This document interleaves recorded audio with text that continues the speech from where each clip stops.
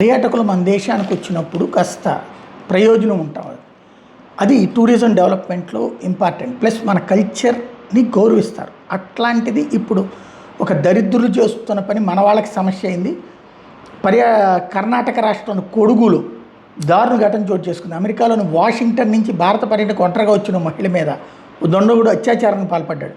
విరాజపేట నియోజకవర్గం పొన్నంపేట తాలూకా కుట్ట గ్రామంలోని దేవీల్లా అనే హోమ్ స్టేలో ఒక అమ్మాయి బస చేసింది. సమీప పర్యాటక ప్రాంతాలు సందర్శించేది. అక్కడ పనిచేసే జార్ఖండ్కి చెందినటువంటి వృజేష్ కుమార్ అనేవాడు నమ్మకంగా అమ్మాయికి సేవలు అందించాడు. ఈ క్రమంలోనే ఆదివారం రాత్రి ఆమెకు మత్తు పదార్థాలు కలిపిన మందు ఇచ్చాడు, ఇదే కూల్ డ్రింక్ ఇచ్చాడు. అనంతరం అత్యాచారానికి పాల్పడ్డాడు. బాధితురాలి విషయాన్ని హోమ్ స్టే యజమాని విశాల్ దృష్టికి తీసుకెళ్ళింది. అతను పట్టించుకోబోగా ఆ విషయం ఆమె ఎవరికై చెప్పకూడదనే ఉద్దేశంతో 3 రోజుల పాటు వైఫై ఆపేశాడు. ఆ తర్వాత వైఫై సౌకర్యం అందుబాటులోకి వచ్చింది. దీంతో అమెరికా మహిళ తాను మైసూరు వెళ్తున్నానంటూ హోమ్ స్టే నుంచి బయటపడి ఆ తర్వాత అమెరికా రాయబార కార్యాలయాన్ని సంప్రదించింది. వాళ్ళు స్థానిక అధికారులు కంప్లైంట్ చేయడంతో బాధితురాలికి సహకరించారు.